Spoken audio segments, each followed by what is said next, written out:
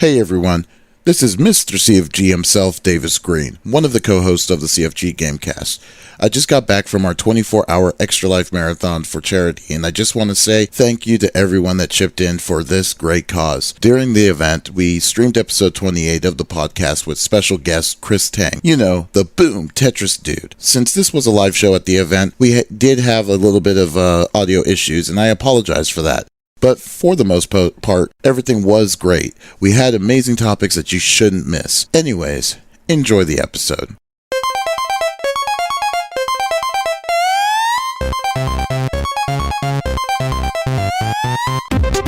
Welcome to the CFG GameCast, episode number 28, a weekly podcast where gamers and streamers alike talk about discussions of gaming topics from the previous week. I am Mr. CFG himself, Davis Green, and with me for the very first time, we got Smitty from Vegas, from the itty bitty Smitty committee. What's going on, bro?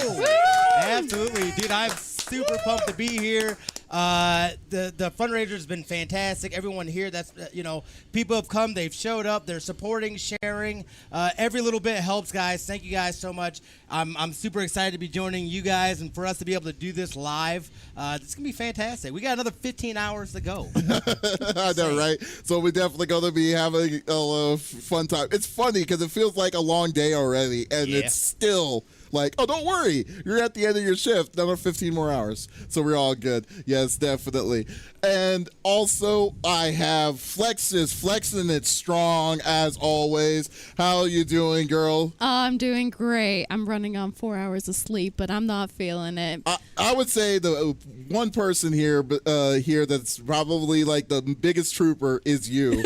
I would have to say, because seriously, like you worked. You get 4 hours of sleep, and then you're going back and you're just doing this for the kids. So that's awesome. Really, thank you. I appreciate that. That's awesome. And we have an awesome guest, a really cool awesome star. I've known him for years. It's really freaking awesome to see you again. He's a Tetris god back ever since the original Tetris back in the 80s and 89s. Nintendo Entertainment System. Oh yeah, definitely NES Entertainment System, and then also your story is just crazy. Every time I've talked to you, and there's always a crazy story. There's a lot of different angles to describe you. Game development, cosplayer, cosplay. You're just an entrepreneur. Let's just call you a straight up gaming entrepreneur. There's like a documentary, and I think under my name they couldn't figure out what to say, so it just says all around badass. That kind of works. It's like, I mean, come on. Yeah, we got Chris Tang with us today. But most people know me from the esports commentary now. Boom, Tetris for Jeff. Yes, boom, Tetris for Jeff, exactly. How are you doing, buddy? I'm doing awesome. Yes. Speaking of staying up long hours, I was studying specifically for our talk today. So ever since I was able to pick up my copy of Death Stranding at Best Buy, right when, like at 8:50 p.m., I've just been on it. So. Oh, my God. You've just been like, it's actually more of a reason to get focused on that game. But yeah, we're going to definitely discuss that. I definitely would love to see what I knew we were going to be talking about it, and they wanted to do a good job with it. Dude, just you being here, you've already done more than what we wanted you to do. But that's awesome. I really would love to have that discussion with you. And as well, you already know what I've been doing. Just getting this all set up. Got some people together. We're definitely going to do some great topics. So let's just get this started. So as always, we're definitely, each of us, she brings a topic to the table. Usually we do a topic from the previous week, but since it's a special Extra Life episode, we're making this a very special one. So we're just gonna do an all-out random topics of what we're feeling like. Yeah, what's on our mind, what we feel like talking. Exactly. About. That sounds good. Exactly. It's perfectly awesome, perfectly straight. And then also, I actually didn't discuss this with y'all, but I just thought about it just now. But if y'all have a good topic or a question that you have with us right now, definitely just post it here inside the chat, and then we have Faye on the taking a look at our the computers just to see if there's anything interesting, as well as us just normally saying that we wanted to point out. So definitely we want you to be a part of the discussion and make it as interactive as possible and fun. So let's get down to business. we'll start with you, Chris. So, like, I know you're like, wait, what? Okay.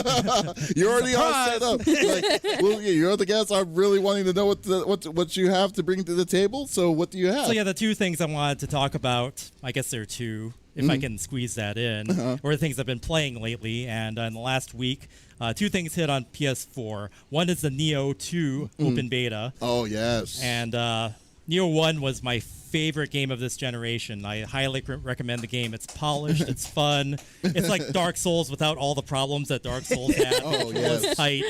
It's skill-based. I just love Nioh 1. Yes. I definitely love it. The one thing I loved about Nioh the most is the fact that they had there was the glitches. The amount of glitches that what's it called? Dark Souls had was kind of crazy at times. But yeah, Nioh, and I love the story of Nioh more. Nioh's story was a more lot of the things harder. that were weak on Dark Souls, like cinematic story, the tightness of the gameplay, the customization of the character build.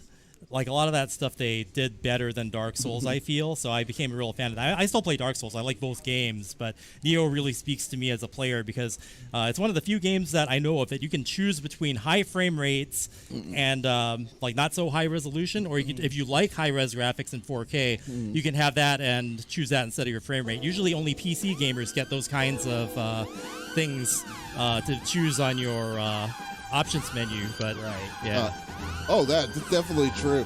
And I just had the biggest issue was what's it called? The biggest issue I had was the biggest issue. I can't even say. I'm going blank. So much stuff happening on my headphones. I know, right? It's like here's the real test.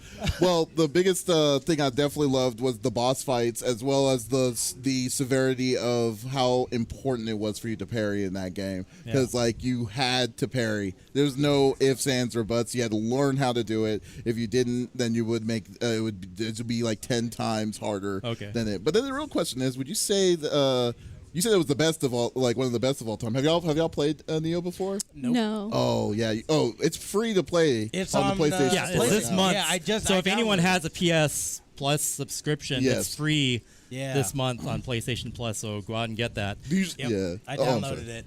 Oh, you did? I did. Do you usually play those kind of games though? Do you usually play survival I games? have. I mean, I'll play them and I have no issues with them. I tried Dark Souls back in the day and I was like, this is not for me. Yeah. Frustrating. I was like, I'm good on this. But I mean, again, I'm very much. I enjoy a good story.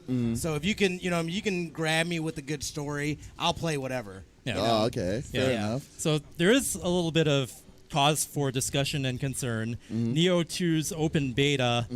It does some things that, as a Nioh 1 fan, I'm a little concerned about. Oh, yeah? Everything that made Nioh 1 skill-based, they seem to try to balance the game to counter against it. So there's a lot of complaints that they made it too hard. Oh, yeah. So there are people who are, like, actually really good at Nioh 1 who ground through the game and could beat it on, like, the hardest setting and everything. They really amped up the difficulty to the point where things are random and it feels really sloppy. And I'm really hoping, as a big fan of the franchise, that they don't mess it up. Right. So if anyone's been playing a Nioh 2 open beta and having problems with the difficulty, then send in the feedback form so that Koei Tecmo can fix it. I actually got through it without that much of a problem. I blew through all the open beta content in like a day. Right. So I got around it, but it didn't feel skill-based. It felt like I was waiting for good RNG. No, it's that. Okay, so when you have a game that's very difficult, you make bosses and you make enemies that have patterns that you can telegraph, and you have mechanics that work around those things that are hard. They hit you hard, you lose a half or a third of your life, but you learn the patterns and you get good. Yeah.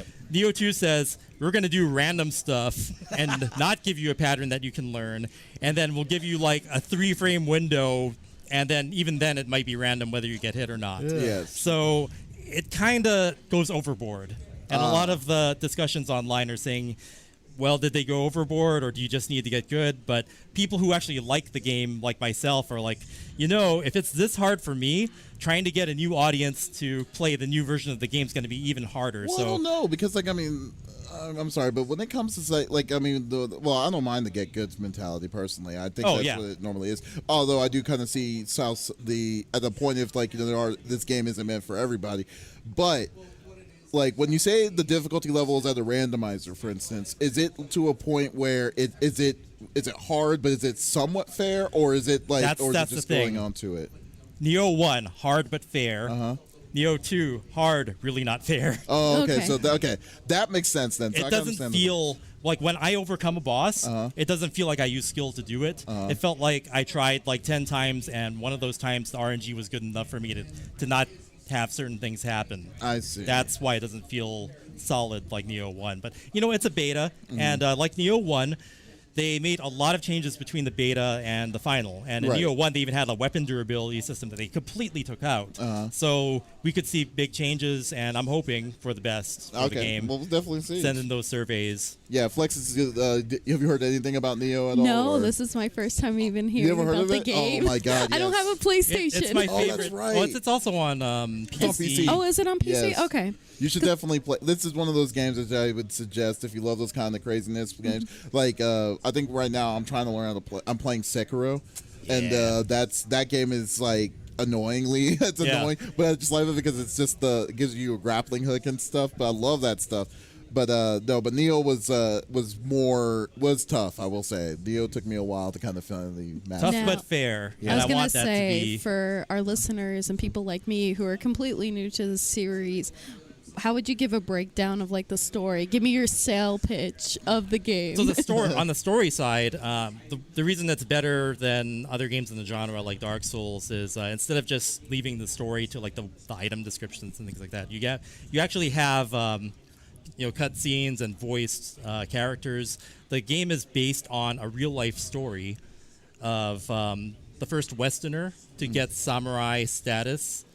In Japan. Very cool. And there was like this old TV show in the 70s or early 80s called Shogun. And it was, his name was William, and they called him Anjin. He was like a sailor who washed up on the shores of Japan.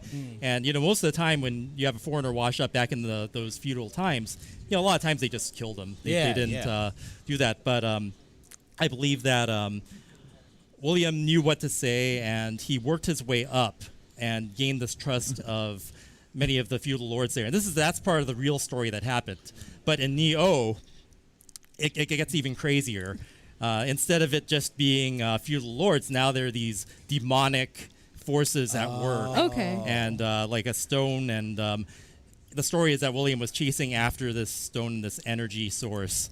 And all of these demons are using it as a source, and it's like a bigger, badder version of what actually happened. Right. Okay. You have historical warlords, like Nobunaga's in it, and like a lot of the feudal lords in Japanese history that you might know from Samurai Warriors. I and, love Samurai Warriors. Oh, yeah. Nobunaga's Edition, games like that. They're all done in like in a distinct style, and Right. they all have like these animal sort of like special spirits within them that they can unleash and attack with them. That sounds amazing. Yeah, it's Yeah, really I'm Sounds sold. amazing. really well done, and it's my favorite game this generation. If you're ready to like wanting to, it's going to be like Dark Souls. It is Dark Souls hard, so just letting you know, and it's legitimately Dark Souls hard. It's like when like how everyone has the bar where it says, "Hey, this game is hard, like Dark Souls hard." No, this one is exactly that. But I And believe then that the some. skill-based factor is Yeah. tighter. So the Right. controls are tighter. You don't have these weird buffering controls that don't do what you want to do.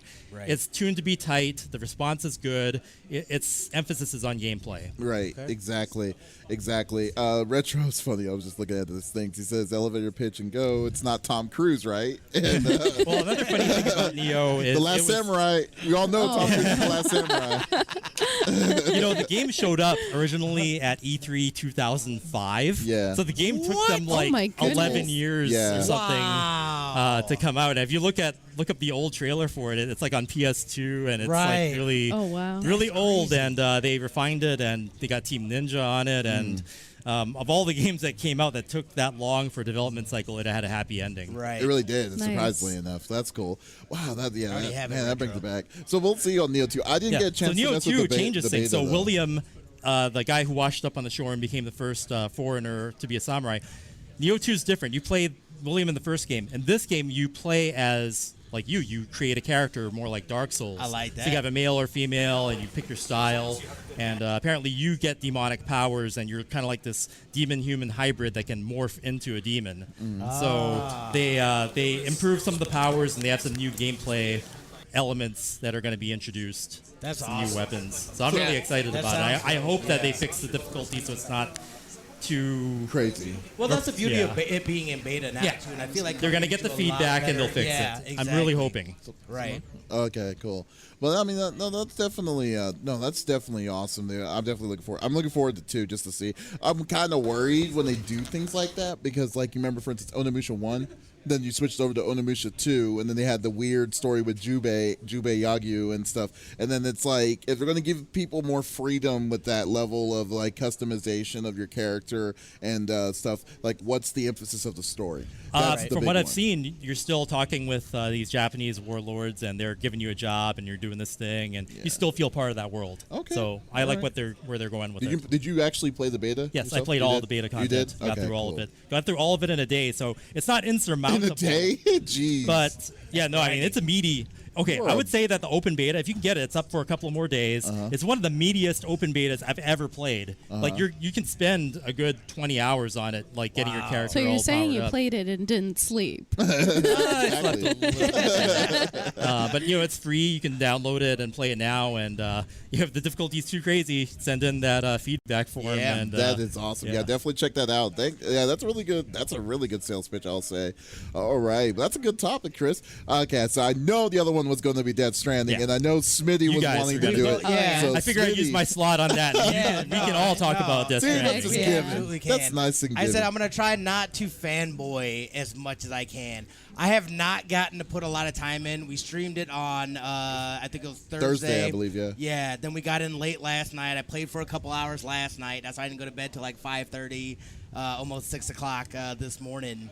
But obviously it is, and I'm starting to see some of the reviews and people talking and this and that, and it's boring, it's slow. It's Kojima. What we know about Kojima, he is going to put his heart and soul into the story. So if that's not for you, and I get it, that's not for everybody, but this is exactly what I thought. You know what I mean? Give me a full meaty story with character development, and again, I've barely scratched the surface. I think I'm on like chapter 2 now as far as the game goes. So it's now starting to open up a little bit for me. But what I've seen, and there are a lot of cinematics, but again, it's given us that full story, and it's completely putting you into it. This is a game that I know I streamed Thursday. I do not plan on streaming it again, though, just because I want to enjoy it. I want to enjoy it. I know I wouldn't be able to fully do it trying to stream it and play. Again, I'm still scratching the surface on it. I don't know exactly what it entails. It feels good. The controls feel pretty good. The weight thing is kind of, you gotta take that stuff into consideration, which again, I like those little touches where you have to think about that, like, oh, let me grab this sleeve so that I don't fall over and then wake up baby. Now I gotta cuddle baby, and maybe there's a crazy thing coming. I don't know. You know what I mean? So it feels very Kojima. And again, once they announced it, I said it. I was like, you can have my wallet, you can have my cards. It doesn't matter. I'm going to get it because I know I'm going to enjoy it. If you enjoy, again, one of my favorite series is the Metal Gear series. So I've always been a huge fan. I knew coming into this what it was going to kind of be. I didn't watch a lot of the trailers intentionally, just so I can, again, I just want to Walk right experience into it raw. I can walk into it raw. I don't know what's going on, and it's been fantastic. I'm enjoying it. Here's a question for you before we start. Did it hit? Like, did the hype for it? I mean, the hype for this game was came out. This was announced initially, 4 or 5 Something years like ago, that, yeah. around that range. So would you say that this game hit the expectations that you were expecting for a Kojima game to hit for you, or do you feel like it was overrated to the extent of this was like the bee's knees of everything that was being told to me? I need to get this game, or like I don't or feel. Like, what do you feel? If you're right saying, now? do I feel like this is Anthem 2.0? No. Then no. Because I got words for them over Anthem, no. right? No. And again, it's hard for me to definitively say, yes, this is worth your buy, because I'm so early into the game. Yes. I don't know. But to me, I know I like what he does. I like where his mind is. I know he's very cinematic in his storytelling within the gameplay. It's something that I enjoy. So regardless, I think I'm going to, you know what I mean? I'm going to enjoy it regardless. Okay. I think, unless, I get through it and I'm just like, this was just terrible. Yeah. You know what I mean? And I'm not getting that vibe. Yeah, I think if you like stuff like that and things that are really immersive within a story, you're gonna enjoy that game. Okay. Do I think it's for everybody? No. Probably A lot not. of people are gonna say it's too slow. There's not enough action. Walking Simulator 2.0. I've heard it. I've heard them. Yeah. I'm enjoying that, interacting with the environment and throwing up ropes and climbing down. I was like, yeah, man, like this is fantastic. So Okay. that's how I feel about it. Okay, what you- oh. so couple fun facts about the game from what I've learned from other people playing it, because I haven't picked it up yet myself. I'm waiting for the PC release. First off, it is only on PlayStation right now. There should be a PC release coming later on. I believe in June. Yeah, Yeah, so I sometime think that's next what it was. year. Yeah. Secondly, from what I've heard, you have at least a minimum of over 40 hours of gameplay from it, which if you put that into a dollar perspective, let's say you buy base game $60, I mean, it's well worth the money in the gameplay aspect. Like Smitty said, it is very cinematic. It is very slow. So if you're looking for a game that's fast-paced, you're going to get a lot of combat, so on and so forth, this may not be the game for you. However, if you are somebody who appreciates a very detailed story, if you're somebody who appreciates Kojima games, and if you're someone who appreciates the atmosphere as well as the setting and the scenery, because I've seen shots from the game and I mean, it's beautiful. Yes. It's like looking at a picture. It is desktop background worthy shots. It's a very beautiful game. I thought even the introduction of the Kojima Productions intro, when the guy on the moon, and then you see the spacesuit with the skeleton inside, and you see the digital whale. Like, I'm like, what is going on? This is just amazing. I was like, I gotta get this. I was watching Smitty's stream, which, by the way, Smitty2447 on Twitch.tv and Flexiss __. And I was like, dang, dude, that is insane. Like, I really want to get this game because I haven't touched it. Have you touched it yet, Flex? I have not. Like Right. I said, I don't own a PlayStation, No, so yeah, I have right. to wait for it to come out for PC. Yeah. But I've been watching a little bit of gameplay, definitely seeing a lot as far as like cinematic trailers and getting secondhand knowledge from other players. Okay, well, here's the thing. So I know that Smitty started it. You're what, 10, 15 hours in? Not even that, dude. Not even that? Okay. Yeah. So you started. So, but I know, Chris, you've been like, Yeah. you've been beasting it in it. You're. My hope was that I could beat it in time for this, but there's a lot in there, and Yeah. but I do think I have enough where I can have a good perspective on it, and there's Okay. a lot to talk about. Oh, okay, Yes, great. yes. So that's what we Alright. wanted So let's to have know. it. So yeah, I'm about Yeah. 20 hours in, and I got to the point where the world's opened up, and you can do a lot more things. I'm not going to spoil anything. Okay, so it's Um, non-spoiler free, folks. But I will talk about the gameplay and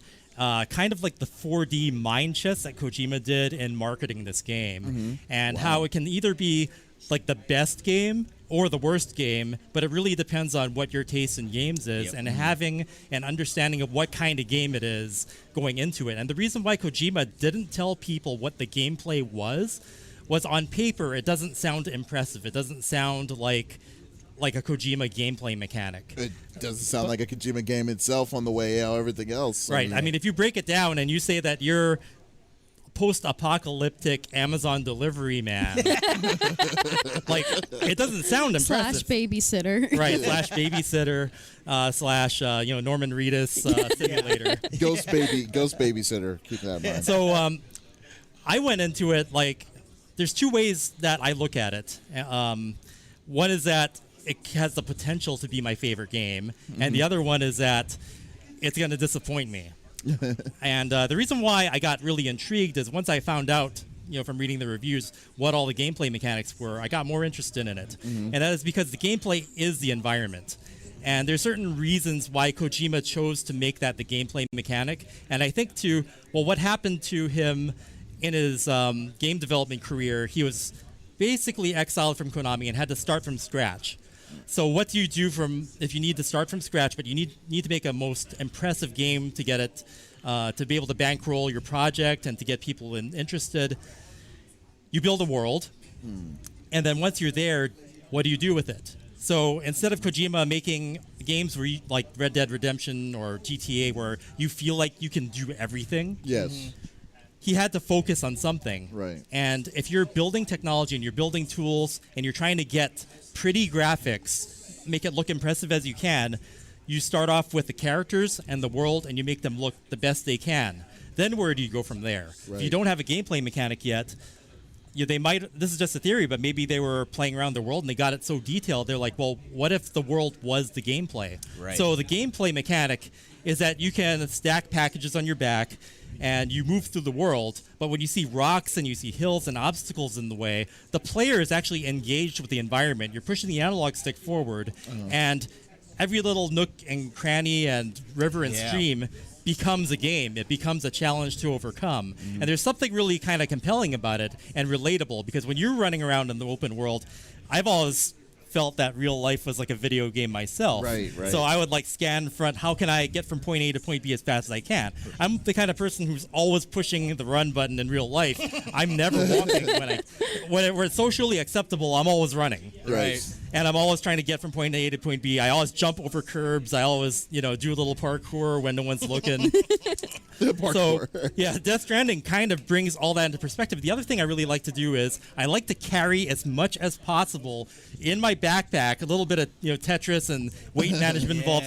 How much can I shove into my backpack without damaging my backpack, get from point A to point B as fast as possible, save myself time, money, and effort, and when I get to the game convention or wherever I'm going to, I'm got all my cosplay stuff in there. That's a satisfying feeling, and I like those mechanics, and they turned it into a game. So in that sense, Kojima's kind of brilliant in turning something that you kind of take for granted in your life and turning it into something that potentially can be fun. On that same token, I also might be disappointed by it if it doesn't fulfill me. And the thing is, the other side of it is I hate games that have fetch quests. Yes. Every other game that's got cool stuff like gunplay and Fulton mechanics and things like that, when they put me on a fetch quest, I'm like, no.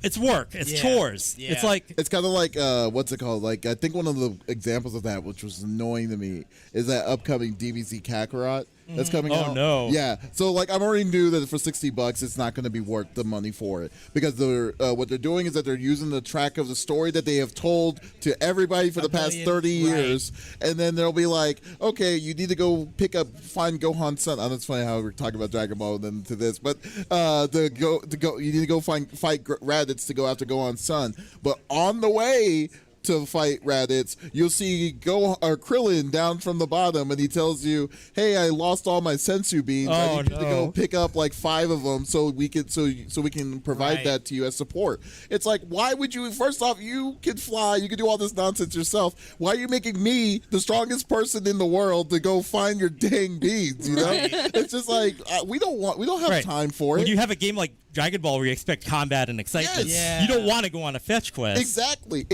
That last thing you're wanting to do is say, "Oh my gosh, okay, here's Piccolo. Oh, Piccolo lost his helmet, and his weight piece. He needs to find it. Can we please help you find it?" Yeah. It's like you do know I kill people to save the planet, right? That kind of thing. But no, you're totally right about that. I definitely agree. So there's certain games that have good gameplay mechanics, like Nier Automata comes to mind. Oh God, yes. The Gravity Rush. Every time they sent me on a fetch quest, I get upset. Mm-hmm. Yeah.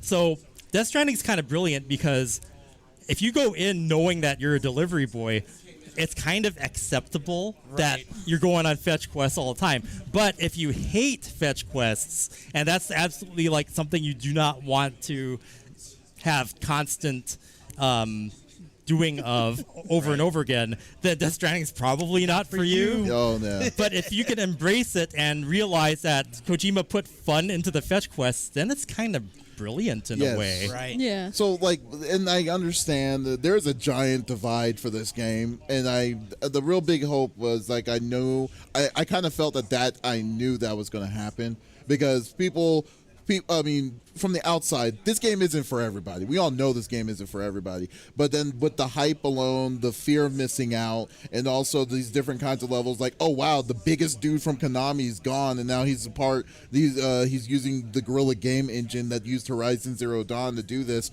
is doing this. All this crazy hype about it for the past 4 years. I was like, okay, I can see this. The one person I really would like to know, I knew that I was going to look after this to say, is this something I should get, or is this something I should wait on? Would definitely be someone like you, Chris, and basically the hardcore Kojimas out there, because people know what to expect in the Kojima game. The one thing I was a little shaky about, I know you can't really answer this, Chris, since you're not there yet, or any of us is the ending, because the one problem I've always had with Kojima is that the ending feels a little bit like either sluggish, or it feels like it's just not. It makes me kind of not. I'm not interested, like at all. I understand 5. Well, dude, come on, 5. If you finish 5, I didn't finish 5 yet. Oh man. If you finish 5, Okay, so here's the best joke. Here's the best joke.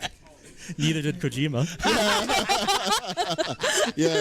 yeah. So 5 was a big prime example, but 4 was kind of the same way though too. I've never had problems with the ending. I understand that, but I feel like that's what I mean. It's kind of like, to me, that reminds me of the latest Battlestar Galactica, and how if you've watched that series through and then you get to the end kind of feels like it kind of drags on for a while. Just like, just get to the end, let's finish this thing.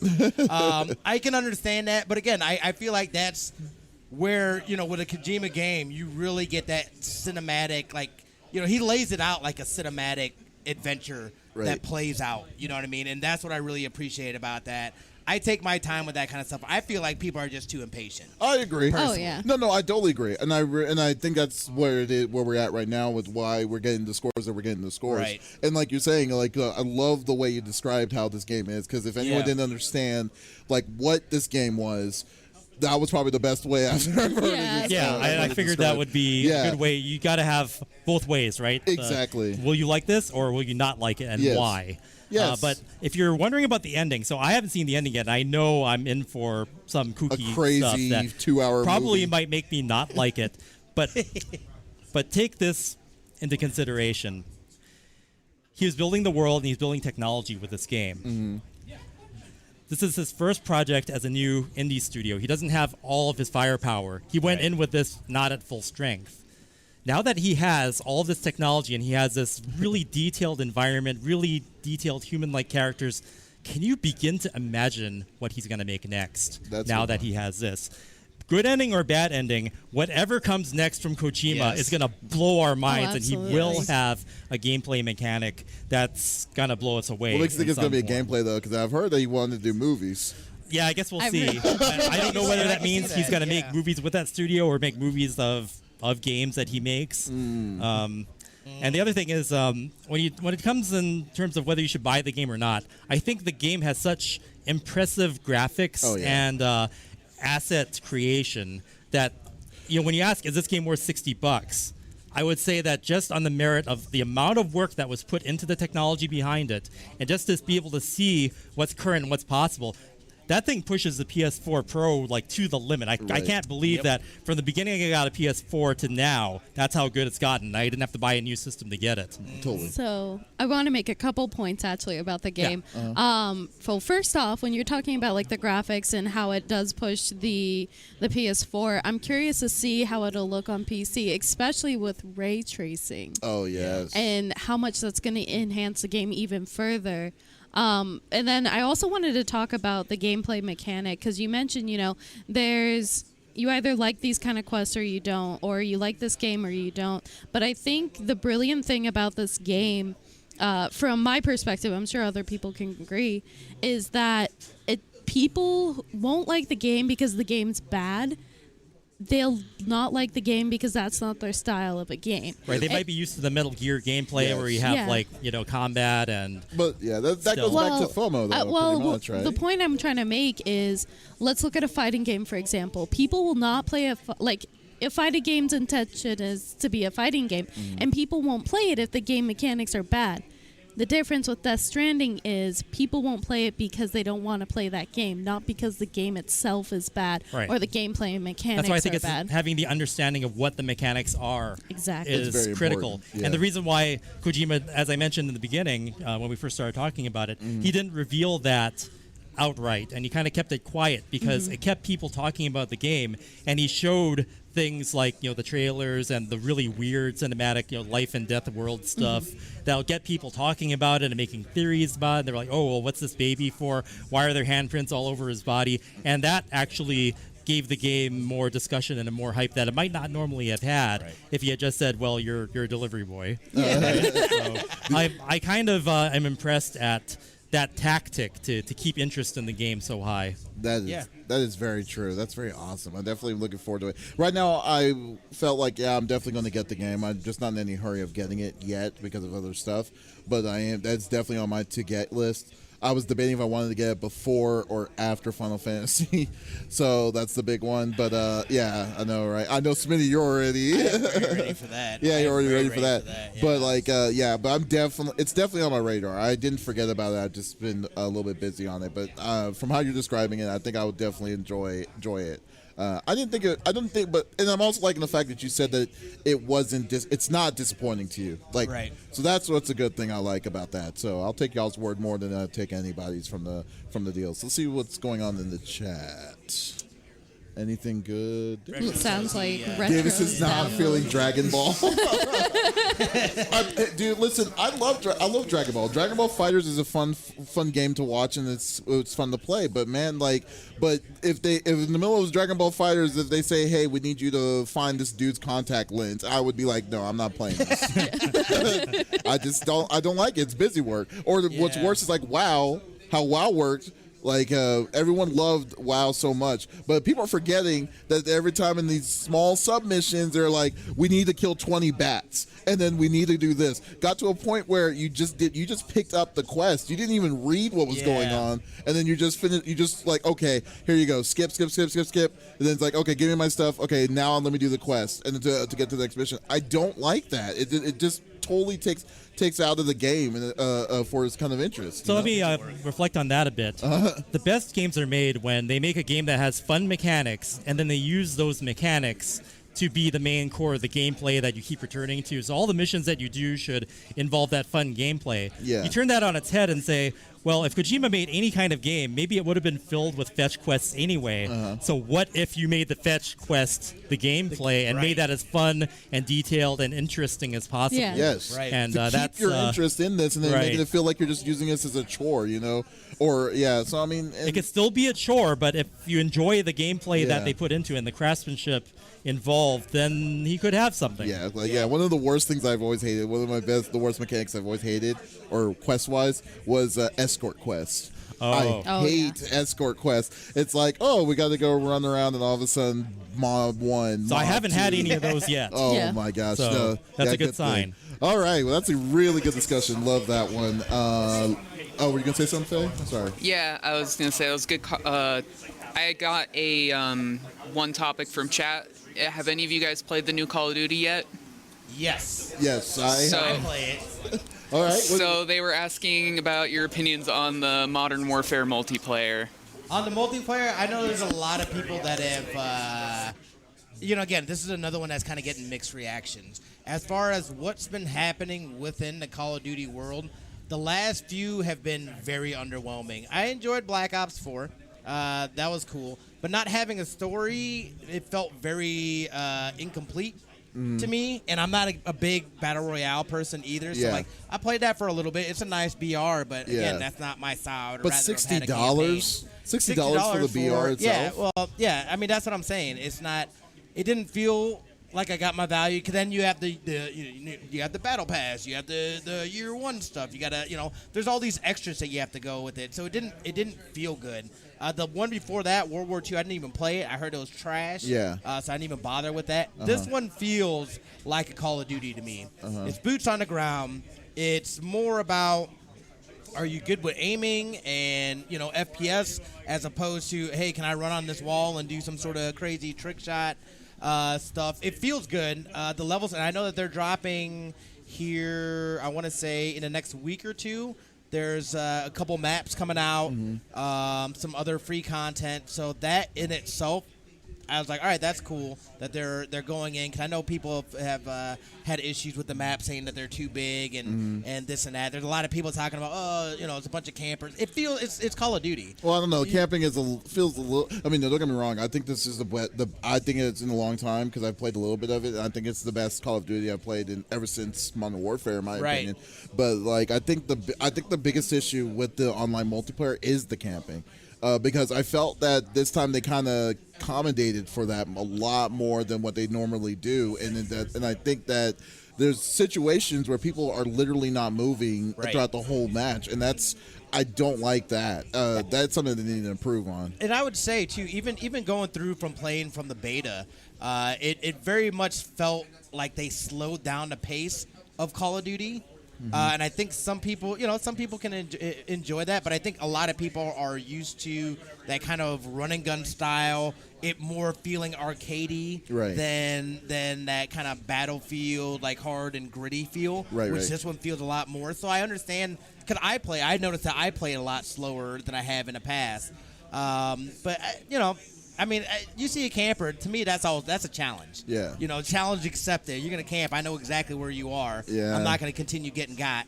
If you want to keep going there, then I understand. That's easy peasy. Yeah, I just would wish that they would still. I mean, there's a different. I mean, don't get me wrong. What makes you when you know what's going to happen, and if you learn from your mistakes, you're going to get stronger and you'll know better. Right. But at the same time, though, it's still not fun. I mean, just to come from the outside, because technically you are your own guy. I don't know how was it. Is it 16? Is it an 8v8 or is it a 16v16? They have a couple. They have 20v20 team deathmatch and domination. There's the ground war, which I believe is 40v40, and then your normal multiplayer, which is 6v6. Okay, so like theoretically, you're still your own guy, but you don't know what the other people are thinking. Is one of the things. Like you can have a mixture of a person that's new to the game. You have another person that's gung ho and all about himself, and all these different situational wise that I understand. So that you would have to put it in amongst yourself in a team game to take care of this one guy to deal with all of this. And I feel that that's a lot of pressure that you're putting on your not only on yourself, but just in general, that the game is like saying, okay, they're allowing this person to camp as long as they do, and to do it. Like there's certain levels of like assistance that they should cater for, and then they should be the ones, if they want to make it a more easy friendly, they should maybe increase the rules up a little bit on camp. I'm not saying it breaks the game. Don't get me wrong. I think there's always a way to take care of these things. That's just one aspect of the game that I think that they could improve on. Is mostly that. I always see that as a challenge, though. You know what I mean? Because there's still ways to combat it. You can flip spawns. So then, if they're camping in one location, you switch spawns. They're right in the thick of things. So that's going to automatically take that out. I understand why people get frustrated, and it is a pretty cheap way. But I mean, again, if you think about it, if I was in war, I'm not gonna be running around like, oh, how many people can I kill? I'm gonna be like, look, I'm gonna hunker down real quick. You know what I mean? I'm gonna try to see what I can do from here, and I'm not gonna move. Right. So I mean, it is what it is. For me, that's not a. I know that people are talking about it, and there's a lot of negativity coming out about it and whatnot, but it is what it is. Fair enough. To be fair, I was going to say that's the major problem I've heard about the game, if not the only problem. Otherwise, I've heard the game's been really well received by the Call of Duty fan base. Yeah. A lot of people played it, and it seems like it's gotten a lot more hype compared to previous Call of Duty games that have come out a little more recently. It's not a make or break deal. That's what I'm saying. It's like it's just an active criticism of of it. It's a solid game. I mean, the story wise is actually pretty good, and that was the only reason why I played them originally was to play the story. That's why I never played Black Ops. But overall, I mean, that's a small thing. Okay, let's switch over. Flexiss, do you have something to bring to the table? So mostly I just wanted to talk about, since it was kind of a free-for-all for gaming, I wanted to talk about the impact of gaming on lives, primarily in big impacts. So, this event is a good example of, we're making an impact, we're doing a good cause, we're raising a lot of money. But also I want to talk about, specific people within the industry and the impact that gaming has had on them and their career and their growth as an individual in a lot of positive ways. For example, a couple of years ago, a player that went by Knuckle-Doo in Street Fighter V won Capcom Cup. And for those who aren't familiar, Capcom Cup is the Street Fighter tournament each year. So all the top players within the entire world go and they'll compete if they qualify. So you go against all these top sponsored players, these insane people. And this kid, I mean, he's younger than me, and I'm 24. And so this kid rises up from the ashes almost. You know, he rises up. He beats all these pro players. I'm talking people that have been there since, like, Street Fighter 1 days. And so he beats them, and he wins the tournament. Yes. And on top of that, he wins $250,000. Oh, yes. Which for anybody, you know, that young, that is life-changing money. And after that, you know, sponsorships comes through. You know, you get recognition. You become considered a pro player. And so this becomes a career for you. And, you know, this isn't the first time we've heard this kind of story where we're seeing this pro player.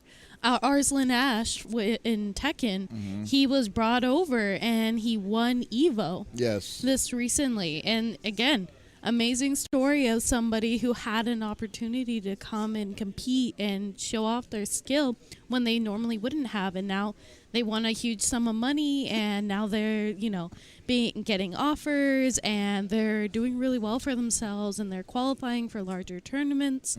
So, I mean, those are within the fighting game realm, but I want to hear your guys' stories too, because, you know, this is, again, a reflection of a positive event and the positive impact gaming has on communities, individuals, and stuff like this, you know, raising money for a good cause. Definitely. I totally want to expand on that because my whole life has kind of sprungboard from this. So people might know me as an esports commentator and maybe a game developer, but a lot of it started as a competitive gamer for me. And I was a competitor in the Nintendo World Championships, and I won the Los Angeles City Championship, and I became the Sega World Champion, winning the biggest esports contest that was ever held at the time, $25,000 on Alcatraz, and it was broadcast on MTV. Was it 94? What year was that? 1994. Yeah, okay. So as a kid, I was one of these kind of like prodigies playing games, esports, being in these competitions, and it changed my life, and it gave me something really positive to pursue in my life. After I'd won in LA for the Nintendo thing, I was immediately hired by Atari, and I worked as a game developer from that point on. I ended up working at Capcom, and you know, I actually worked on some Street Fighter games. But anyway, my past aside, let's fast forward to the future. So because I had those positive experiences, it's always been my dream to be able to bring happiness and positivity to the gaming space through video games however way I can. That's just been ingrained in me because I had those opportunities as a kid growing up. So fast forward many years later, and one of my friends, Robin Mahara, who was a fellow competitor, you could say rival, at the Nintendo contest, right. You know, he actually beat me in Oakland, sent me to LA, and then I won in LA. Because he beat me and sent me to LA, I met the person who hired me at Atari. So it's really good that I got my ass kicked. Wow, dang. Small world. Yeah. Years later, Robin says, I want to have a tournament. I want it to be like the old NWC. I want to find out who the best Tetris player in the world is. So 10 years ago, the Tetris World Championship started. And it started off as a small event at a theater in LA, and we had like some of the Twin Galaxies high score winners and some of the people who had been posting really high scores. We invited them to compete with each other to find out who would win. The Nintendo champion Thor Ackerland was one of the contenders for that, and the guy who won was Jonas Neubauer, and he for many years that our tournament ran, he became the 7-time world champion of Tetris. Now, last year something amazing happened. Joseph Saley was a 16-year-old kid who had watched the 2016 tournament where the meme "Boom, Tetris for Jeff" became really popular. And the kids, they love the memes and they share them around. And he tried his hand at Tetris, And he got really good at it, and he started streaming on Twitch, and he started showing people how he'd play the game, and he maxed out, and then he maxed out with just one hand. Wow. And he did something called hyper tapping, something that Thor Ackerlund did, where you vibrate the controller or your thumb to move the piece faster than anyone else could. Yeah. So what happened last year was Joseph showed up at the tournament. He just wanted to compete. He just wanted to hang out with us. He thought like our scene was really cool and really welcoming. He tore through the bracket, and he swept Jonas like 3-0 and became the Tetris World Champion last year. Yes. It became this huge Cinderella story because when you think about NES Tetris, it's like a 30-year-old game. You expect only older folks who grew up with the game to play it. But here's a kid who watched people play it on Twitch, and guys like Jonas and Harry who would help other players get better at the game by streaming on Twitch. That was instrumental. Our community made that instrumental in allowing a kid to get into the game and then become a new champion. And it's just an amazing, thrilling story, but it doesn't end there. See, because when Joseph, the 16-year-old kid, showed the world that he could do it and learn the game in a year, other kids saw it. And they saw it on, we were on ESPN, and we have this new generation, like in the last year. So like 4 out of the top 8 competitors in Tetris World Championships this year were under the age of 20. So you got like we went from new blood now. 30, 40 somethings. They're now teenagers have come. They're enjoying the game. They're getting into it. They're doing something positive with it. And one of the young players won again this year. So that's awesome. That's awesome. We've been broadcasting the current Classic Tetris on YouTube. We've been broadcasting this year's past tournament, which happened a couple of weeks ago. And it's just like what you said, a kid seeing something, being inspired, and being able to use that to better their life. It's something so positive. And I'm the caster who did the Boom Tetris for Jeff that got him playing the game. So it's the biggest honor and the most incredible feeling for me to grow up. Like, I would watch this old TV show. I don't know if you remember. There was a game show called Starcade. Yeah, I remember Starcade. Yeah, there would be like an arcade machine as a prize, and these kids and their parents would play and try to get a high score and win the arcade machine. Yeah. I would watch that stuff, get inspired. Like, I want to be like that someday. Yes. But, arcade games kind of died, and then Nintendo became my thing, Nintendo and Sega. We grew up with Nick Arcade, unfortunately. Yeah. But, yeah, being able to kind of like give back to the community and to create a positive space for kids growing up to want to get into esports and inspire the next generation. That's been the biggest thing. So it doesn't end when you've made it to the top as an esports player. It doesn't end there. You can give back to the community, and you can give rise to completely new challenges for the next generation. And I'd encourage people, to always, even if once you feel like you've made it, the challenges never end. Right. And you can help the world out from that point on. Oh, wow. Geez. I was going to tack on to that a little bit because, when you become a top player, you still get back. And again, we're going to tie back to Knuckle Do real quick. Multiple players this past year have been sponsored by him to go to different tournaments, as well as Justin Wong. Yeah. Justin Wong, I'm sure a lot of people in the fighting game community know he started his own brand and company to go and support players and send players out to tournaments and things like that. Sherry Jennings. Yep, Sherry Jennings. Yep, sent Arslan Ash, who won EVO. Yes. So, it's amazing, to think that if it wasn't for Sherry, we wouldn't have EVO 2019 Tekken winner. Yes. At least be who he was. But yeah, it's, you make a great point, Chris, that even if you reach the top, you can still continue to give back and still continue to strive for excellence and for success. And I think that's the big thing is within the community, we all care about each other and we all have a common goal. We all want to see each other succeed. Exactly. Make the world a better place through what we do. It's even though it's a competition and it's a tournament and we compete against each other, outside of that realm, we're all friends. We're all supportive of each other. We want to see each other grow. So. Oh, definitely. I mean, were you going to say something, Smitty? No, go ahead. Okay. Go ahead. Well, I mean, to the level that Chris had right there is nowhere near to the level. But I think the one big thing I like to say, I mean, besides the fact with just Extra Life itself, but it's just like where... literally, we start I don't want to toot my own horn at all with this, but literally with when I made the website originally, Con Freaks and Geeks, we had nothing. We had no idea what we were doing from the most beginning parts of how to run a website in general and how things are supposed to work. And then just in a year's time, and after we were let's try gaming because that's what we all do. it was originally just me and another friend that was running the website originally. So we were only doing comics for the good year. So we were trying to get our connections and networking with like DC, Marvel, and stuff like that. And then I was like, you know what? I really want to do more stuff into more kind of geeky kind of stuff that was more that was more familiar. So I was like, I'm a gamer, so let's go into gaming and let's try how this is going to go. So once we did that, I was like, okay, this is a second step. This is a step that we were going to switch out over to this. And from there, I was like, okay, I need help, but there's no way. So I brought my editor and a good friend, Will, who's actually here with us here, to say, hey, I need to make this serious. And at this point, like, I want to give like a product that I can give out to people and say that we are serious on that. CFG Games, and CFG Games was created. So and then since then we were just slowly getting good deals, do good written reviews, really fun interviews and stuff like that. And then we got a chance. Then my friend said, you should really start streaming.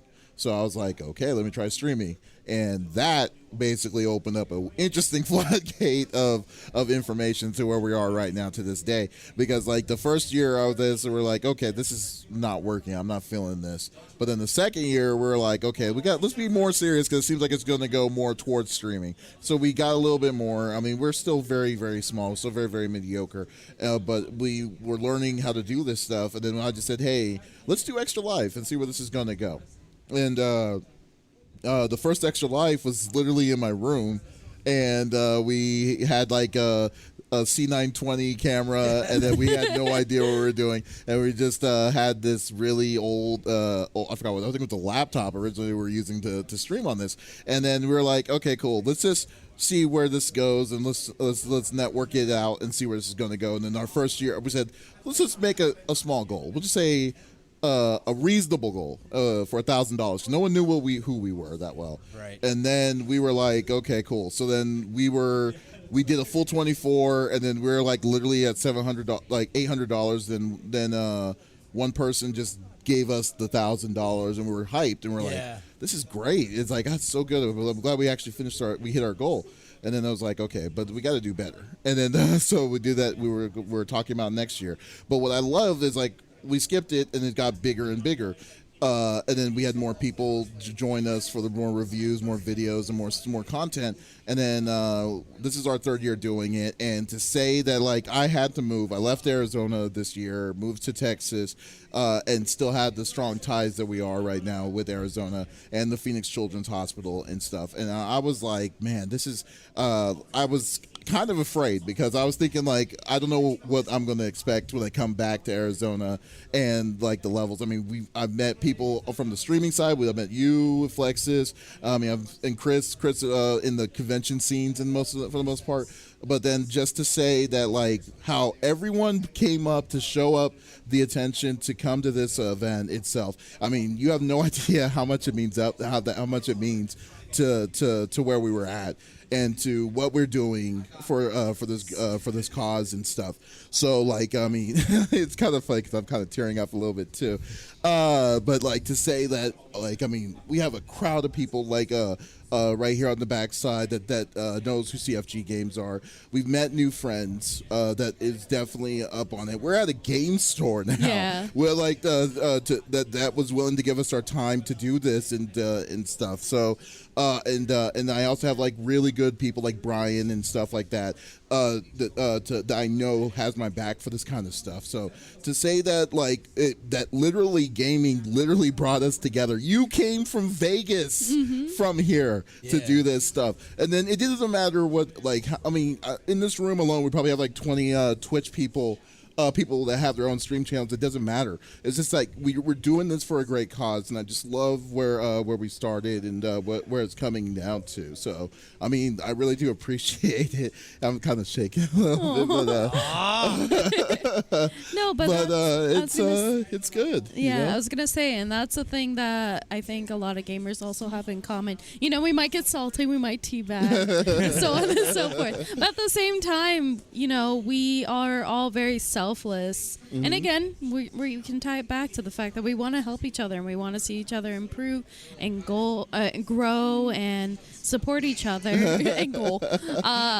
And it's a very selfless act to do these things, to do what Chris did, to do what people like Knuckle Doo did and Sherry Genix, to do an event like this, you know. Yeah. And it just shows, it just goes to show the positive the positive effect that gaming can have on people, and that, you know, it's not all just, we talked about this, you know, the Walmart banning of violent games and you know, this is going to make my child violent, things like that. It's not the case at all. Like it produces events like this and people like this. Yes, exactly, and that's what's fun. I mean, and just to kind of say, kind of off on the topic what you were saying with Knuckle Doo, I mean, the biggest issue, like, remember when Arslan won in Tekken, right? Like, that opened up competition from one country to a different country. Exactly. Because they're like, it wasn't Turkey, was it? No, but it was somewhere in that area. It was in that area specifically that they were just basically said, Japanese basically said, we don't know, why are we getting destroyed by these people, by this area? We need to find what's up with this. And then they are now, it's a brand new kind of competition in Tekken. It's not just, Japanese players are going to win Tekken or Korean players are going to win Tekken anymore. It's a new, brand new country. Pakistan, thank you. Thank you. Yeah, so Pakistan is now on the map, literally, literally for a fighting game. And like, who would have thought that? And then if you there's a great YouTube video about Arslan's like journey to get to this tournament, and it's amazing. And it's amazing of all the steps that he had to do just to get there. And and he was about to give up, but like literally once again the community helped him to get to step it up and just to get there, because they knew this guy was as good as he said he was. And then or as they showed. So and then even the number one guy in Tekken was openly wanting him to come, because that's the test. Yeah. So now Arslan set up the bar. So that it's so good. Yeah, I would definitely, if I could find the link to that, I would definitely show that. So let me just say how good Sherry must have felt to have brought Evo champion. Like she was like, yeah, that was me. I told y'all. It's like, I told y'all. That's exactly what I said. You know, that's straight up. So it's all crazy. So I just wanted to, I'm going to get my, now it's my turn. I've been playing forever. I've been playing games since I was a kid, you know, Commodore, Nintendo, anything I could basically get my hands on. I kind of strayed away from it a little bit in college, but I really got back into playing games when I moved out to Vegas. Didn't really know anybody. I worked a swing shift, so I'd get off at midnight. I didn't have to be in until like 3 p.m. the next day, so I'd stay up till like 8 a.m. in the morning drinking beers and playing video games.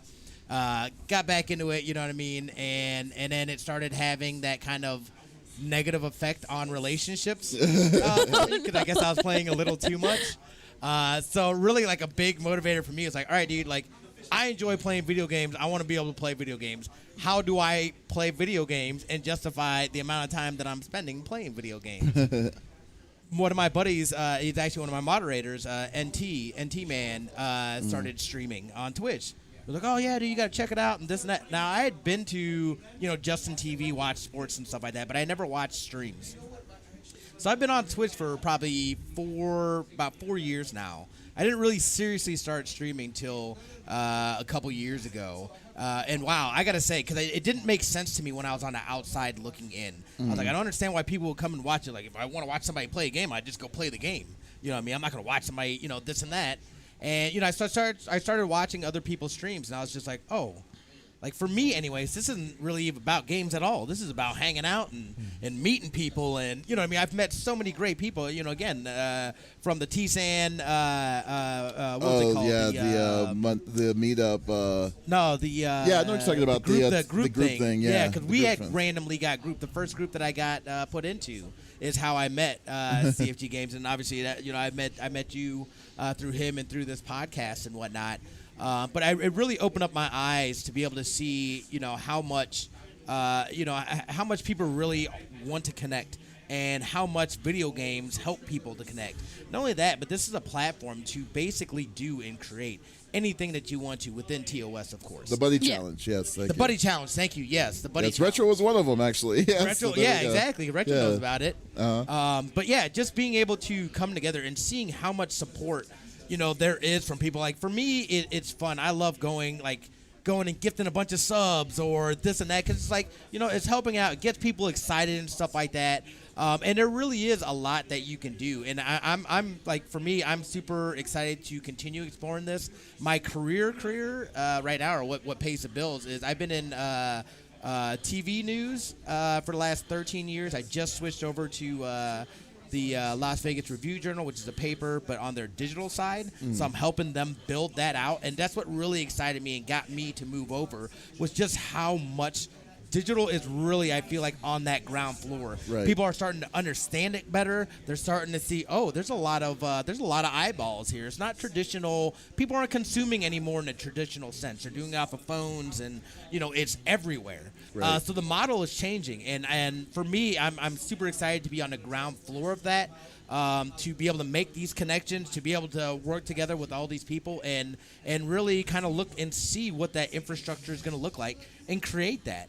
This is a super exciting time. I'm just happy that I was able to come down here. That I was invited to be able to come down here, help raise money for children and whatnot, and to play games, man, and be around cool people. Yes. Yeah. So it's like it doesn't get any better than that. And It's just great. we're just out here doing things, just like Yes. anybody can. So it's awesome. Yeah. It's awesome. For me, so talking about gaming and talking about connecting with people. So I kind of grew up, I was not a popular kid. As most nerds were. I was a very nerdy kid. I didn't have a ton of friends. The friends I had were my parents, Oh, wow. my pets, and the people I'd play games with online. Or my friends that I would make in person, where we would go and play games online. Right. And so, like I said, through high school, I didn't have a ton of friends. I usually just had my small group. We'd play Minecraft together. Back when Minecraft was still in beta. Right. Oh, wow. Oh, man. And so we would play Minecraft together. We'd play RuneScape. We'd play all these different games and stuff like that. And that was how I made friends. And I didn't actually start getting, a true best friend or a true group of friends or people that, I consistently hung out with until college, when I was consistently having people to play with. Right. And then I got introduced to the FGC this past year. Actually, it's been a year officially since I've been in the FGC. And it's insane the amount of people that I've met and the amount of friends that I've made. And the community's been so inspiring, so supportive, so loving, and so comforting and welcoming in every aspect of my life. Whether it's been an emotional side where they've supported me through hardships, whether it's been supporting me in my successes, reaching different milestones, Right. whether it's been at events or tournaments or competitions. Like Evo was this amazing thing because I had a group of friends. We're in a different state, and I have a group of friends from all over the country sitting behind me, cheering me on. Yeah. And it's I wish I had that when I was a kid, but now I have that as an adult, and that's what's amazing about this culture. And of course, that's what's amazing about the fighting game community, is that it is a family, it is friends, it's a community, and you feel that. And like I said, I get a little teary-eyed, and I feel very wholesome, and I love the community I'm part of, both within fighting games and as a whole, because seeing the rise of Twitch, Twitch is now a community in itself. Yes. Gaming is its own community, and so seeing the rise of popularity, seeing the rise of support for each other, and finding commonalities to be able to connect and connect through other people as well. I think it's amazing, and it's completely changed my life. Especially the FGC. I don't even know what I was doing with myself a year ago. That's what I tell people. If it weren't for video games, I probably wouldn't even be alive or something. Exactly. Gone down the wrong path. Yeah, comatose stay in my bed or something. Yeah. That's so funny. So, and that's what's amazing about the gaming community. And I think, I spend all my free time playing games pretty much. Most of my relationships and friendships all center around gaming. So, and I think most people can speak on that. And I think people on the outside don't realize how big of an impact gaming can have. Yes, I think that's what it is. From the outside perspective, it may look like it's just gaming, but really it's more than that. And I mean, people who are inside the community understands it. And I think it's not just staying in the basement, just playing games just for the heck of it. It is a little bit. Yeah, it is a little bit. It is. But I mean, what brings you in as much of it is that camaraderie that you have towards the people that you are seeing. You may not know this person. This person may be 1,000 miles away, but at the same time, the person is definitely in the same groove with you, and then you're definitely in a good sync where you're wanting to talk to it, especially in the FGC. God, the FGC community. I don't think it gets as much credit as it gets. It really, because I mean it's straight up competition. But at the same time, at the end of the day, when it's like when someone gets bodied, it's that same person will come to them with the straight up respect that they get back. So you don't hear any of this this nonsense unless you're part of the Smash community. Yeah. But still, but definitely, that was a great topic. Yeah. So yes, I love that topic. Yes. Yeah. Thank you, Flex. That's probably like the topic of the day, right there. It's like going Because we back. all have part of that. Yeah, And absolutely. they're all so different, but yet here we are. You know what I mean? Here we are, and those stories lead to here and us coming together and whatnot. You can't go wrong with it, man. Oh, It's a great At least community, until so. Death Stranding comes out on PC. That'll It's like, y'all leave me that'll be alone, what brings I'm us done. together. Speaking of which, I know Smitty, you won't be streaming it, but I've been streaming my run like from the start. So if people want to watch me Yes. continue my run, my Twitch handle is Boomtang, BOOMTANG. I love that. Like the, like it. Perfect. Boom tang. Okay, Boomtang. I'll I like definitely it. go with that. So yeah, in a few hours I'll jump back on and Nice. I'll play That's all the way awesome. through if you want to check Heck it yeah. out. All right, That's before I awesome. do the last topic, I just want to do one more thing, just another fact. We are at 2184, so 16 more dollars, and we will give away some stuff that was generously donated seeing by goodies Viz over there. and some video game companies. So just It says $16. 85 on here. Oh, 85? I'm Yeah. sorry. So 15 more dollars. So $15 $1 less. So yeah, $15 more, and then your name will be inside the raffle. We'll raffle it immediately, give it to you. But definitely, this is for the kids. Everyone's brought together, as you've seen from this the smallest violins playing in the background where people are about to cry.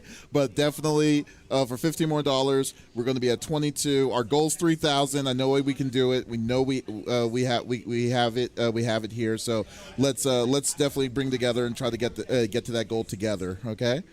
All right, my last topic. It's not going to be as hearty or as meaty as that, I will say.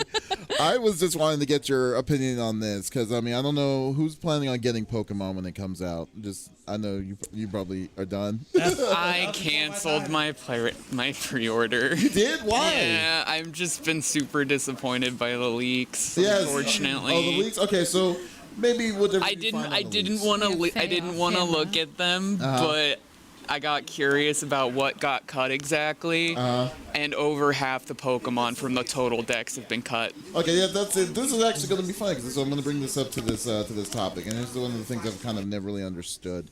And I'm trying to get an open mind on this thing right itself. So basically, yes, there are leaks of Pokemon from Pokemon that was saying that people are mad about the selection that Pokemon is bringing to this one. It's not only is it less, I believe it's a lot less than what it normally is, and then also the people are not fans of the transfer from the previous generations that's coming to the current generations itself. Now, I may not be the best person to explain on this because, like, the last Pokemon I played was Red. Okay, I'm with you there. so yeah, exactly. So I played Red, and then I was like, oh, okay, cool. So I mean, and this is literally what 20 years later or so. But and I understand the level of frustration. But then I thought to myself, it's like, do we really need the transfers of these Pokemon? I mean, the it's usually what's the average? Like 150, maybe 200. I don't know. You're looking at me. I have no idea. So there's 900. There's over 900 Pokemon now. They have like exactly 400 in this new game. Oh wow. Okay. so Okay. So 900. Okay. So Gen 4 had more Pokemon than this one will. okay. So fair enough. That's weird. My biggest issue is like, okay, so they people are mad because they're not bringing the old Pokemon back. This is kind of weird to me because I've always thought like, okay, if that's the case, why do y'all need a new game? You know what I mean? Like I'm just wondering, like their level of what people are wanting to bring back to it why are they wanting the old stuff and then trying to justify to spend $60 to bring back the old stuff instead of introducing the new stuff? You know, I mean, can someone please explain? Because is it more than what I'm? Am I simplifying this? Because that's what I'm gathering. Their reasoning behind cutting it was to improve the game itself, like the animations, all this other stuff.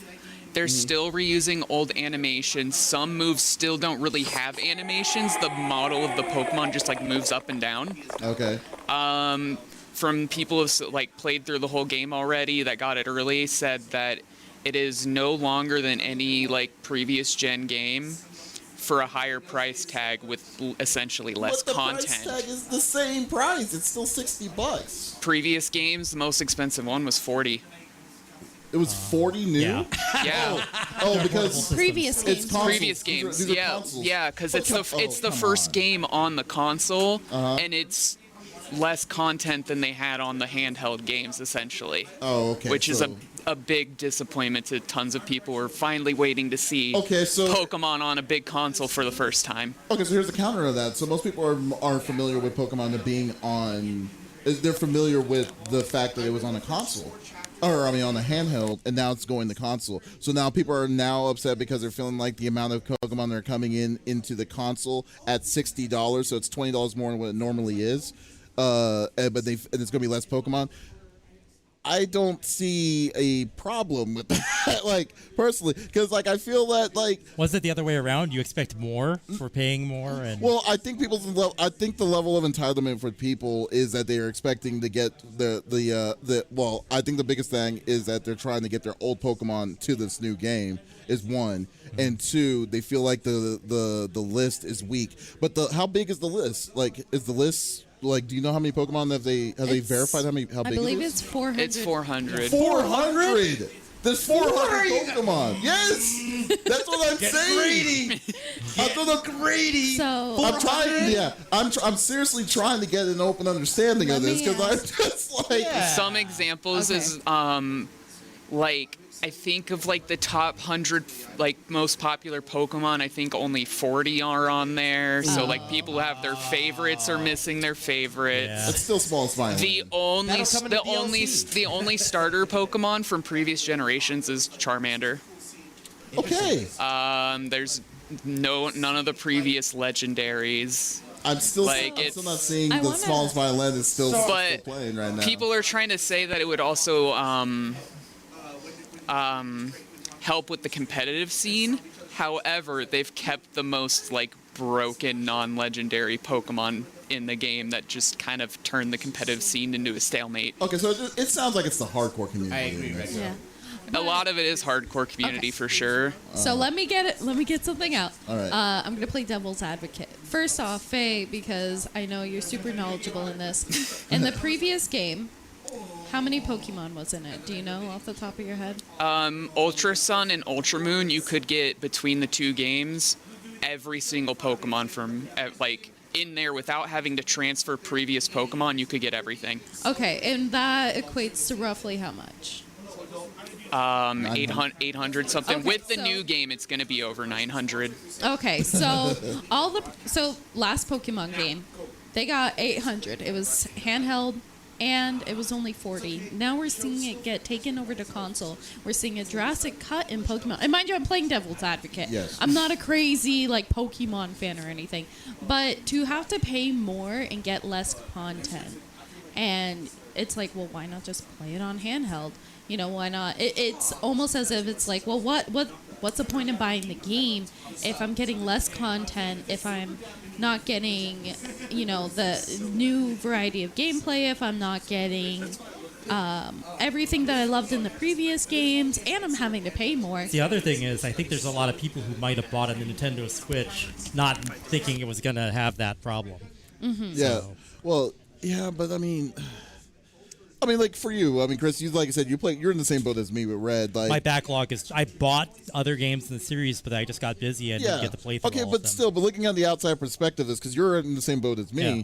That when you're seeing like, I mean, you understand that when they don't like if the previous titles or if they're doing less titles from the previous ones, but yet they're introducing their new sets of they're trying to introduce more new Pokemon. So people are not staying with the old ones and go with it. Like, are my you angle on that this or not? is, I did, play way back in the day. I played Red, and like I said, I had a few. I had like Silver and some other ones that were along the way. I didn't get to, play all through it, but I always knew that the door was open for me to move those Pokemon forward into the future if I could. From what I hear from the new one, that door just shut, and that puts a spear in between me being able to do that ever again. Okay. And if this is where they're going to stand with it, then they're cutting off a lot of people from being able to get back. Oh my goodness, we just jumped up to 2,215. Hey! We were talking so much about this, I didn't notice the donation. Thank you. Yes, thank you so much. means? Yes. Well, we're going to be doing. That we'll means do the another raffle. Yeah, we're going to be doing another raffle at the end of the deal. So, so definitely sit tight. So, I'm sorry. What were you saying, Chris? So I was just saying that the door was open to bring all the Pokemon from whenever I might have played the game in my past. Like, I feel like any new release, I think I got Sun and Moon, and I was like, well, if I ever get to play on that, then I'll start grinding on my old one and get all the hardware to transfer that stuff over. I knew I could do that. And that was something that was comforting. That was like you have like a virtual pet or something, and they're locked away in a drawer somewhere, and it's like they're still alive, and I can bring them forward. Right? First off, you need to be CPS. Yeah, CPS needs to go after you. Oh my God. Right. But just knowing that was possible, and that rule had never been broken in the series past before. Now that's breaking it, and that's causing people who have grown up with it to really. Even if they're not hardcore competitive, if Pokemon has ever touched them in their life as something that was part of it, having that door open meant something. And I think them losing that is probably a mistake. And a lot of people, if they make a big enough fuss about it, Nintendo might have to go back on it and fix it for the next one. We'll have to see how it sells. Have they said why they took that out? They said it was going to be because they were going to make these better animations and graphics and all that stuff, and they're marginally better than the previous game. Like, I want to know. They even have because of Let's Go Pikachu, Let's Go Eevee. They have all of the Gen 1 Pokemon animated and all that stuff. They're not going to use those models. Like, they've cut some of them. I don't know what they're playing. Like, there's no reason to not use models you already have made. Okay, what if is this? Let me play the devil's advocate's advocate. All right, so let's say this. Theoretically, this is a brand new thing for Pokemon themselves to be on console. This is their first one ever in 20-something years, 20-some-odd years of its time. So what if they're trying to start a new generation of the levels of because, I mean, it's kind of like Smash. That's the only thing that makes sense. Yeah, it's kind of like the Smash community, for instance. Like how, now we're at a point of time in the tournaments that people who start Smash will have to start Melee, which is the game that came out almost 15 years before they were born. To this level. Maybe they don't want to have that same kind of level of stake into it, because even this one, they're getting rid of all TPs. So that means that you don't have that one junk Pokemon that can do cut, swim, and strength and stuff to cut boulders and stuff. They're trying new systems to make it more efficient. So what they did already get rid of those in the previous game. Oh, did they? Okay. Yeah. But I'm saying as an example that they're trying to shift to this new beginning. So maybe it's yes, the old there's the old crew, the people that are familiar with it, but now they're trying to introduce new people to a new generation, since this is a new console to this. So they don't want people to be like, oh, Charmander. I mean, yeah, everyone loves Charmander. He turns into a freaking dragon. I mean, it's great, but at the same time, it's you don't want to lean on that too much. You're wanting to have the level of change to the new generation. That's the way I'm looking at it, because like now, since I started the first one and now we're seeing a next step in its chapter of growth, it's possible that they're just wanting to just say where they're wanting to make more and not rely on the past as much. I mean, would you look at it that way? I think too they still leave the door open for them to say, hey, we've made this, but we're also going to come back now for the handhelds. You can port your people, you know what I mean? They still have that option to go back and add that in something separate or whatever. I think you're spot on though about that. They're going on to something. It's new ground for them, right? So why not reset? Let's start over, and then you start building from this point on in the games that we make for console. Then you can, that progression and that kind of stuff then starts getting introduced back into the game. So, okay, yeah. I don't know, Yeah, man. we might not know their plan yet. Right. Yeah. Yes. Yep. So I think, people are always so quick to want to hate on something. It's like, give it some time to breathe. It's kind of like last week when we were talking about Overwatch 2 and people were already hating on the it's like, expansion on that. Actually, Yeah. I was going to comment on that because I believe it was the new BB tag. Uh-huh. Yeah, I want to say it was the new BB tag. Is it Blaze Blue? The Guilty Tag Gear. battle? Or, Guilty Gear. Thank Right, you. they're reinventing it, making it simpler, getting Yes, people yes, into yes. it. Oh, I yeah, always that's wanted right. to play XR, but I didn't have time. But I know how complicated, how much time investment It is very it would take complicated, to yes. get to a competitive level on that. Right. But because they said they're starting it over, I feel like, hey, maybe I have a chance at getting into the game and being on even playing field with everybody else competitively. Right. It's all my skill, even though I don't have a lot of time to practice. Yeah, and Shredder Stone has a good point on here. Have it on to rely on the name, make a better game overall, make it not only targeted towards kids, but bring in a new fan base. And the series is 20-something years old. Oh yeah. And then we don't want to get into a situation with this is a pretty extreme example, but Star Wars, how they literally killed off Luke and Han and everybody. Right. Spoilers, by the way. If you haven't seen it. But they killed off It's been the enough old time. the old crew and to try to introduce a new crew. But then it's like, do you feel like 40 years might be a little too late to kind of introduce that because y'all never changed it? Or then these kind of things. It could be they don't want that same kind of situation. This is just speculation in all my modes, but I just feel like, yes, they're doing something that they've never done before, but at the same time, I think there's a method to their madness in this situation. I feel that you just need to give it an open enough mind to say, okay, let's give this sucker a shot. And keep in mind, this is the first Pokemon that's on the console. Right. This is something we've been dreaming about forever, especially Pokemon fans. And if people were interested in Pokemon, hey, I choose you Pikachu or I choose you Eevee, which was garbage in my opinion, for me at least. I would have been like, this is ridiculous. And I knew that this was I said, no, I'm not going to get this. This is not a Pokemon game that I wanted to get. You I'm have still been waiting triggered. for Pokemon Snap too. Oh yeah, Pokemon Snap too. See, you're letting Chris Tang wait for 15 years. That's terrible. So, Yeah. the reason why I I'm brought just up saying. Guilty Gear though, and you make a super valid point. These games are just coming out. They're still in beta. We're only seeing snapshots of gameplay, and we're only seeing people that have been playing it for a couple days. So it's not like and we often have this conversation on the podcast where companies are only in it for the money. They don't really care about the players, only what's going to make a profit. But at the same time, there are companies out there that will listen. You mentioned the game earlier where they're still accepting reviews. What was it? Nioh 2. Yes, Nioh thank 2, you. yeah. Where they're accepting reviews Yeah. and feedback on the gameplay. They're having the beta so people can give them feedback on it. Exactly. And so it's not like it's entirely out of mind to not provide feedback on these games, and it's not entirely out of mind for certain gaming developers to listen to that feedback. And Also, then sometimes they improve make the plans that they go through with it not knowing that that's going to be the response. Right. Exactly. And then they have to respond to it. Yeah. And so there's always room for improvement, and I don't think it's it's too far-fetched to think that these games won't improve and won't take the feedback seriously. So my guess is, when these games like Guilty Gear and like Pokemon and so forth come out, even though the gameplay might not necessarily be ideal or people may not like it, I think that there's still room for improvement, and I still think that people or the gaming companies, the developers, are going to improve on it, especially if there's such a high backlash, like from Pokemon. I definitely think they're going to look at that. That's a lot of money on the line. Yeah, absolutely, absolutely. Yeah.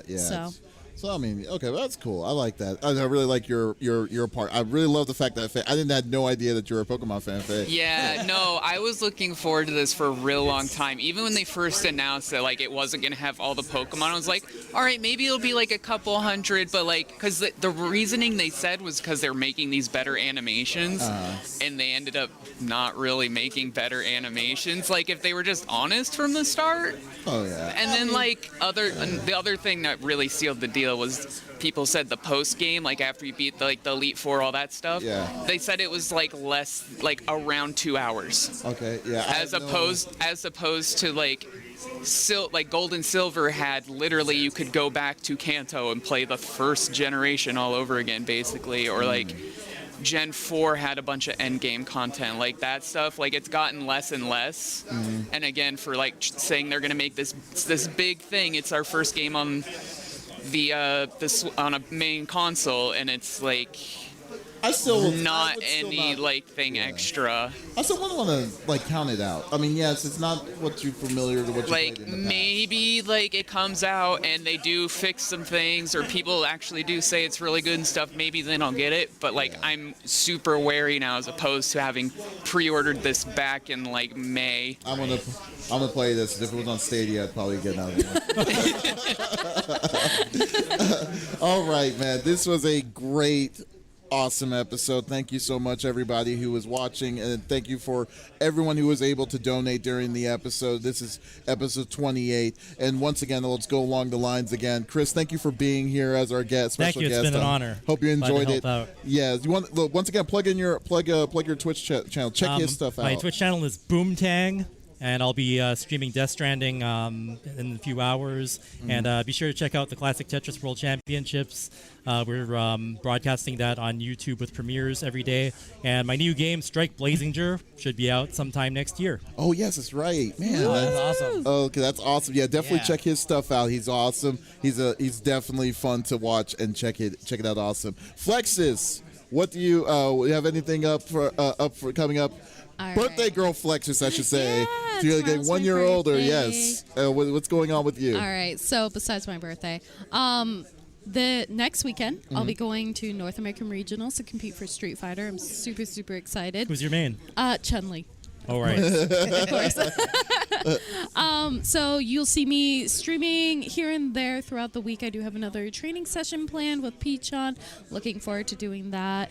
And yeah, just going to be hashing it out, really grinding, so that way I can prep for North American Regionals. Right, that's awesome. And as always, man. Hold on, real quick. Retro was asking. Yeah, it's my game, like a platformer. Yeah. So my game is it's actually it's like a spiritual successor to Space Harrier and Fantasy Star. You fly forward, blow stuff up. It's a ton of fun. You got 2 players simultaneous.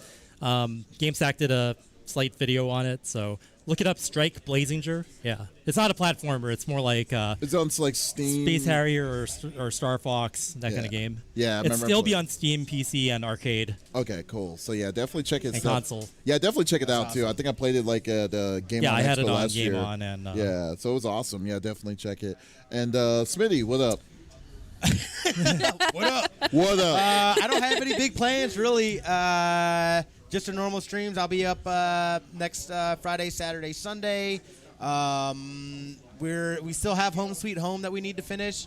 I think really that's the main storyline game that I'm working on. Like I said, I'm gonna play Death Stranding offline by myself and cry like a baby. So I'm looking forward to that. And Do you need us to rock you?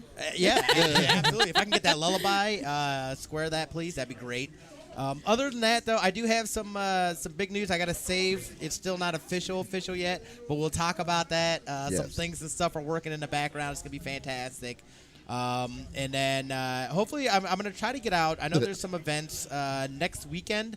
There's a Twitch meetup at the Rio in Vegas, so I'm going to be going out to that. I was going to say, we're going to be going out to that. Yeah. So So we'll be gonna there. awesome. And then, yeah, other than that, just do the normal streams. I know I got a bunch of sound effects I need to work on and things like that. So That's going to be like your internal log. That's going to be that is going to be a stream probably Sunday. We'll go through. So if you're part of the Itty Bitty and whatnot, hit me up. Let me know. We'll be working through those on stream and whatnot. Other than that, gonna be kicking it. Yes, that work, Smitty doing the thing. 2447, man. Itty bitty Smitty committee. Go with that. Yes. And then also at CFG Games, we are definitely playing some more variety. You know what? I'm going to take a break this week to kind of defuse everything here and making sure. But after that, I am probably going to get back. I'm going to be moving soon to a better location. Nice. So I might be a little off for a little bit, but I'm going to try and still do my Monster Hunter runs. I'm definitely playing Luigi's Mansion right now and loving it, and maybe do something with I've been trying to figure out a way to see if I can stream Stadia or do some sort of video of Stadia and Pokemon. So that's in the near future for me. But definitely check out CFG Games. Also go on our website confreaksandgeeks.com. If you check it out, support this podcast by going to any of the podcast services like Google Podcast, Apple Podcast, Stitcher Radio, Podbean. Give us a like, give us a follow. Definitely appreciate it. Follow these wonderful people, and definitely we'll not miss an episode. So this is Davis, Smitty, Flexiss, and Chris Tang, and y'all take it easy. And we're going to be immediately right now. What we're going to do since we hit we hit our limit for we're at 22, right? Faye, where are we at right now? It is 22:15 right now. 22:15. So thank you for that.